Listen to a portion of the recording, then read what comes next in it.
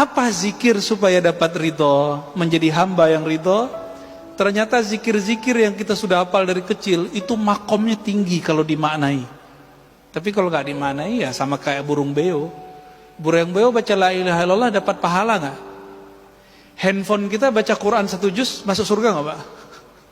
Enggak ya? Diputar tuh di YouTube la ilaha illallah 70.000 kali. Muter, Pak, dia 70.000 kali. Apakah dengan begitu YouTube masuk surga? Kan enggak. Terus apa yang membedakan bacaan kita dengan handphone dengan burung beo? Hanya satu. Burung beo membaca meniru. Sedangkan manusia, apakah dia baca meniru atau baca dengan ma'rifat? Dengan memahami dengan baik. Apa yang sering dibaca?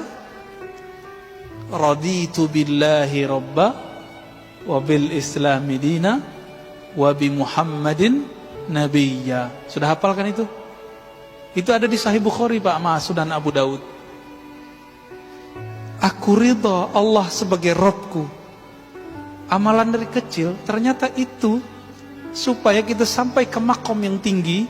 Dibaca ini pagi 3 kali, dibaca sore 3 kali, dimaknai. Ya Allah, apapun kehendakmu hari ini, aku ridha. Coba dimaknai, Pak.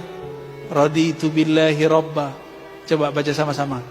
Saya langsung ijazahkan ini ya. Raditu billahi rabba. Ya Allah, apapun kehendakmu hari ini, aku ridha. Udah itu ditanamkan. Islam dinku, agamaku, Nabi Muhammad nabiku. Ini boleh disebut syahadat jiwa. Jadi jiwa kita syahadatnya itu, Pak. Kalau asyhadu alla ilaha illallah itu syahadat lisan. Allah itu syahadat kolbu. Makanya ahli kolbu itu zikirnya apa? Allah di kolbunya, bukan pakai lisan itu. Jadi kalau Bapak ngelihat ada orang zikir Allah dengan kolbu, itu syahadatnya kolbu.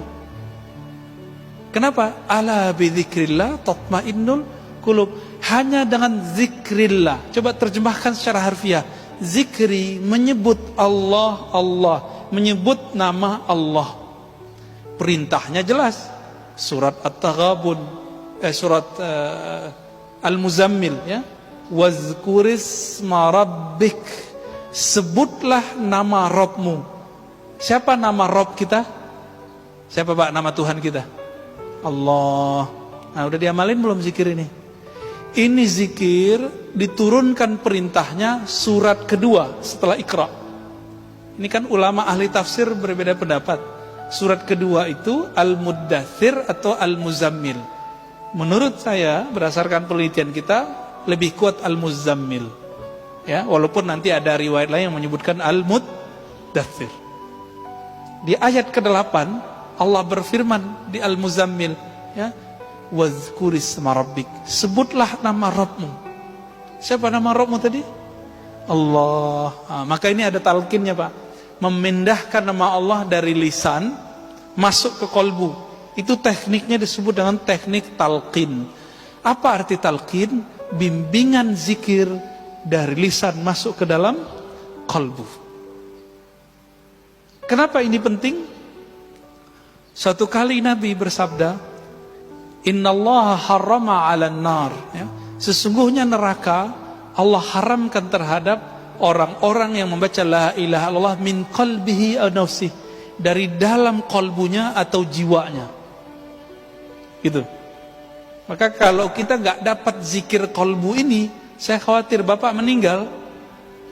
Ya begitu-gitu aja ntar. Ya. Islam imannya bagus. Ya orang soleh lah. Tapi nanti nggak puas, Pak. Di alam barzakh itu nggak puas. Jadi jangan dikira nanti Bapak di alam barzakh itu langsung tidur, enggak. Di alam barzakh pun masih nengok-nengok. Gimana ya supaya saya makomnya tambah tinggi? Ini dalilnya ada. Coba buka misalnya kisah Isra Mi'raj Nabi Muhammad sallallahu alaihi wasallam.